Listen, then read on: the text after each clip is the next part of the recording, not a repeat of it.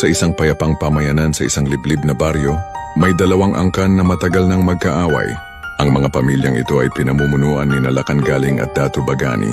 Sa kabila ng matinding hidwaan sa pagitan ng kanilang mga magulang, umusbong ang pag-iibigan sa pagitan ng anak ni Lakan, na si Rosal, at ang anak ni Dato Bagani na si Lito. Si Rosal ay isang dalagang may angking kagandahan at kabaitan, habang si Lito naman ay isang matapang at malakas na mandirigma. Lihim silang nakikita sa ilalim ng isang matandang puno sa gitna ng kanilang mga lupain na nagsisilbing hangganan ng teritoryo ng dalawang angkan. Doon sila ay nagsumpa ng walang hanggang pagmamahalan na hindi kayang sirain ng galit ng kanilang mga pamilya. Ipinangako nila sa isa't isa na magpakailanman silang magiging tapat at maghihintay anumang mangyari. Ngunit tumating ang araw na nagdeklara ng digmaan ng isang kalapit na tribo laban sa kanilang pamayanan. Bilang isang mandirigma, kailangang umalis ni Lito upang ipagtanggol ang kanilang lupain. Bago siya umalis, muli silang nagkita ni Rosal sa ilalim ng kanilang puno. Sinabi ni Lito, "Babangon ako sa libingan kung kailangan. Masilayan lamang ang iyong ngiti, sumpa kita." At sagot ni Rosal, "Maghihintay ako, Lito, kahit gaano katagal. Sumusumpa ako."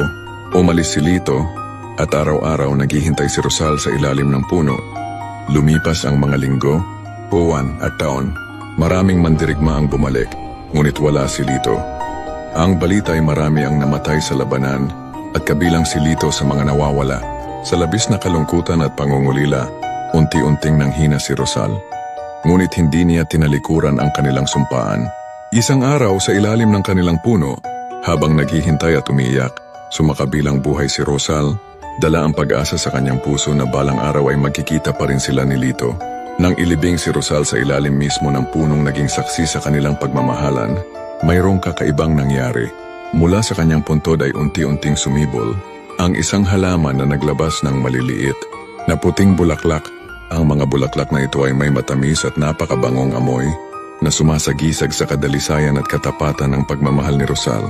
Tinawag ng mga tao ang bulaklak na ito na sampagita, na pinaniniwalaang nagmula sa mga katagang sumpa kita o sumpaan kita, bilang pag-alaala sa matinding sumpaan ng pagmamahalan ni Rosal at Lito.